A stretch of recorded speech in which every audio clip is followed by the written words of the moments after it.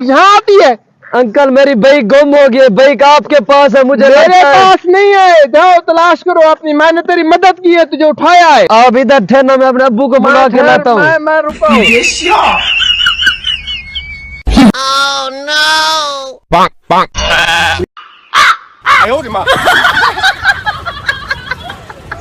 पता नहीं इस खटारा को क्या हो गया, अब तो छीन के लाया था।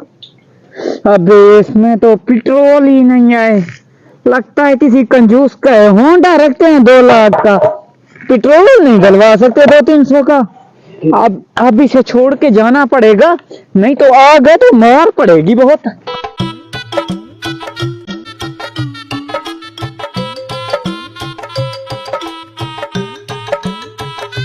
ये किसकी बाइक है? चाबी भी लगी हुई है, ऑन है। कौन इधर खड़ा के गया है?